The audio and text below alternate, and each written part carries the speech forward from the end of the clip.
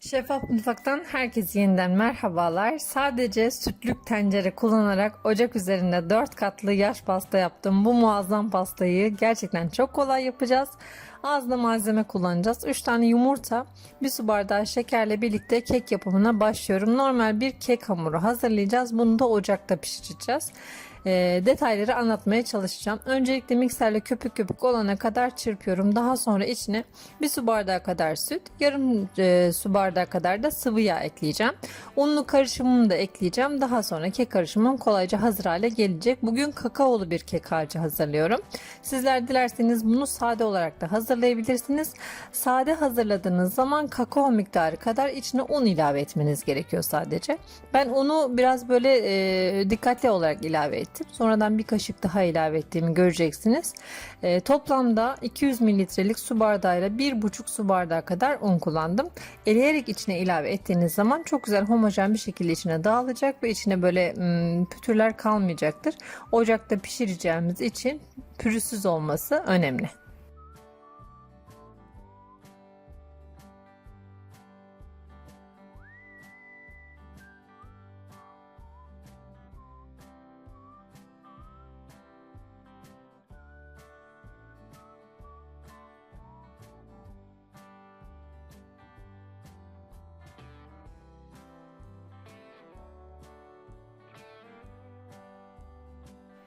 Kek harcım artık hazır. Şimdi nasıl bir tava kullanacağımdan bahsedeyim. Eğer siz normal bir 20-22 santim kullanacaksanız 4 katlı değil de 3 katlı yaparsınız. O da olur.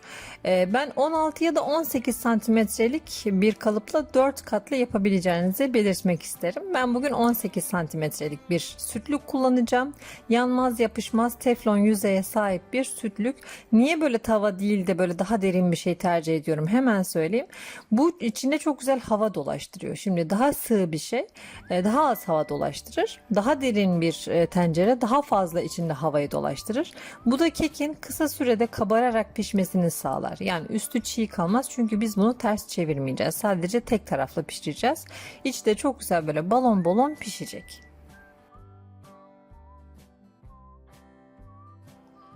Bende bu şekilde sütlük yok diyenler için ise 20 santim ya da 18 santimlik yine teflon bir tenceresi de kullanabilirsiniz. Kapağı örtülsün üzerine yeter.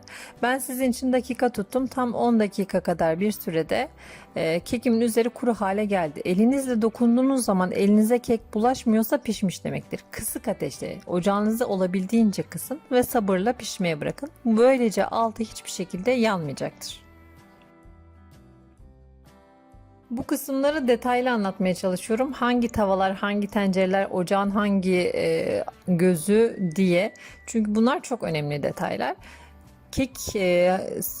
Kek dökeceğimiz zaman alta hafif bir yağlıyorum, yani silikon fırçayla ufacık bir yağ sürdüm, zaten yanmaz yapışmaz olduğu için hiçbir tanesi bile yapışmadı ve ölçü kullanıyorum. Yani bir su bardağı olabilir, 250 mililitrelik kup olabilir. 250 mililitrelik kup ile 4 adet kat elde edebilirsiniz.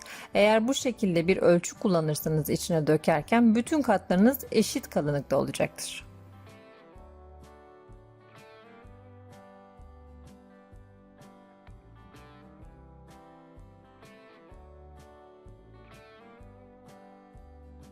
Kek katlarımı pişirdim. Yumuş yumuş oldular. Üzerini mutlaka bir pamuklu bezle örtüyorum ki böyle işte fazla kurumasın diye. Şöyle göstermek istiyorum. Gerçekten yumuşacık. 4 katlı pasta yapmayacağım, ben bunu böyle tüketeceğim derseniz bile üzerine bir çikolata sosu dökün. Çilekle süsleyin. Alın size mis gibi tek katlı pasta. Ya da böyle atın bunları buzluğa. İstediğiniz zaman çıkartın, tek tek tüketin bir çayın yanına. Ama şimdi bugün iddialı bir pasta yapacağız bunlarla.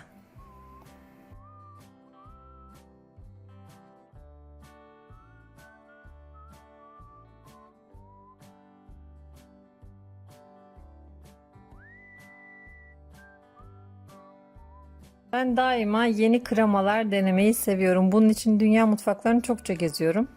Yine dünya mutfaklarından bir krema tarifiyle geldim. Şimdi bu kremayı nasıl buldum hemen anlatacağım. Öncelikle biraz yapımımdan bahsediyorum. 400 gram kadar pudra şekeri ve bir su bardağı kakao, biraz da tuz. Bir kere çok kolay bir krema. Pişirmek yok, krem şanti yok, krema yok, içinde süt bile yok.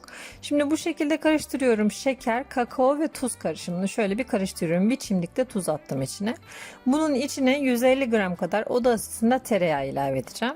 Ve 100 gram kadar, 100 mililitre değil, 100 gram kadar, yani bir su bardağından bir parmak eksik kadar kaynar su içine ilave edip mikser yardımıyla güzelce çırpıyoruz. Bu çok izlenen, çok tıklanan bir krema. Ben de denemek istedim, sizlerle paylaşmak istedim. Tecrübelerimi nasıl bulduğumu anlatacağım. Bir kere çok kolay. Normal malzemesi çok az malzeme diyemem. Şimdi 150 gram tereyağı da az bir malzeme değil. İçine 80 gram da çikolata ekleyeceğiz. Ama bayağı bereketli bir krema. 4 katlı pastayı tamamen ara katlarıyla birlikte kapladı. Yalnız ben biraz şekerli buldum. Yani 400 gram yerine acaba 300 gramla, yani 100 gram kadar pudra şekerini azaltabilir miydik? Çocuklar normal buldular ama ben biraz şekerli buldum. İçine kullandığınız tabii çikolatanın da şekeri de var. Bir de onu da göz önünde bulundurmak lazım. Bitter çikolata kullanabilirsiniz mesela. Ya da benim dediğim gibi bir su bardağı kadar içine pudra şekerine çalabiliriz. Bunu bu şekilde çırpıyorum. Daha sonra buzdolabına atıyorum. Buzdolabında 30 dakika içinde sertleşiyor. İçindeki tereyağı, çikolata şöyle bir donuyor. Şeker de katılaşıyor. Böylece sürülebilir kıvamda, bakın çok güzel kıvamı olan bir çikolatalı krema oluyor. Tadından bahsedeyim. Tadı aynı bir çikolata. Yani hiç asla böyle bir çiğ kokusu yok. O kadar güzel. Lezzetli bir çikolata tadında, sadece bana biraz şekerli geldi. Tekrar söylüyorum. Her damağa göre değişebilir elbette. Bu kremayı yapmak istemiyorum, başka krema yok mu diyenler için ise buraya krema linklerini ekledim. Bir videoda bütün kremalara ulaşabilirsiniz. İstediğiniz kremayı yapabilirsiniz. Sol köşeye tıklamanız yeterli. Başladım pastamı sıvamaya. Bir katını koydum. Arasına krema koyuyorum. Arasına acaba çilek koysam mı diye düşündüm ama 4 katlı olduğu için üzerinden birbirinin üzerinden kekler kayıyor. O yüzden arasına meyve koymadım. Biraz böyle üst üste koyup da etrafını sıvarken zorluk yaşadım. Şimdi çok kolay diyemem. O yüzden buzdolabına attım. Biraz dinlendirdim. Daha sonra çıkartıp tekrar sıvadım. Biraz da kremam sert olduğu için de olabilir. Bu yumuşak bir kremayla daha kolay da sıvanabilir belki. Ben burada sizinle tecrübelerimi paylaşmak istiyorum. Çünkü siz yaparken katlar arasının üzerinden kaydığı zaman videoda öyle kaymıyordu, burada nasıl kayıyor dersiniz içinizden. Benimki de kaydı. Biraz buzdolabından yardım aldım. Böyle bir çember kalıbınız varsa öyle bir şeyden de yardım alabilirsiniz. Çemberin içinde 1-2 saat kadar buzdolabında bekletin. Asla üzerinden kaymaz mesela. İstediğiniz gibi süsleyin. Bu kadar çikolata olunca işin içinde böyle bir fresh olsun, tadını yumuşatsın diye çilek kullandım. Kivi de kullanabilirsiniz. Ya da hiçbir şey yapmadan bu şekilde de servis edebilirsiniz. Üzerine bir kakao da serpebilirsiniz. Beyaz çikolatalarla birlikte de eteklerini süsledim ve artık sunuma hazır hale getirdim.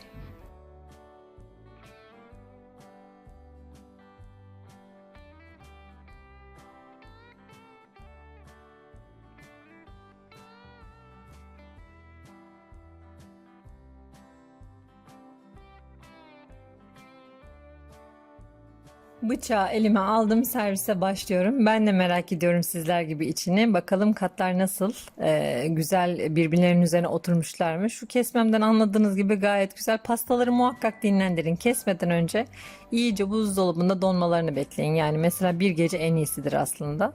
Hele hele böyle çok katlı olanlar için. Şöyle bir çatalı alacağım. Krema aslında aralarına çok fazla dolmadığı için pastayı yerken çok baskın bir şeker tadı yok. Kremayı sadece böyle bütün bir şekilde şeker o şekilde daha çok belirgin. Yani bir kaşık ağzınıza krema attığınız zaman açıkçası belirgin. Pasta ile kekle karıştığı zaman o kadar da çok baskın değil. Onu da yine belirteyim. Sütlükte yapıldığına herhalde hiç kimse inanmaz. Gerçekten muazzam bir pasta tarifiydi. Çok lezzetli, böyle çikolataya doymuş. Çileklerle birlikte böyle fresh de bir tadı var. Dediğim gibi vişneyle ya da istediğiniz meyveyle de şenlendirebilirsiniz. İnşallah bu lezzetli tarifi denersiniz ve beğenirsiniz. Beğenilerinizi bizlerle paylaşırsınız. Bu ve bunun gibi birçok tarif için kanalımı ziyaret edebilirsiniz. Videolarımızı beğenmeyi, paylaşmayı, yorum yapmayı, kanalıma abone olmadıysanız abone olmayı ihmal etmeyin. Yeni tariflerde görüşmek üzere. Hoşça kalın, afiyetle kalın.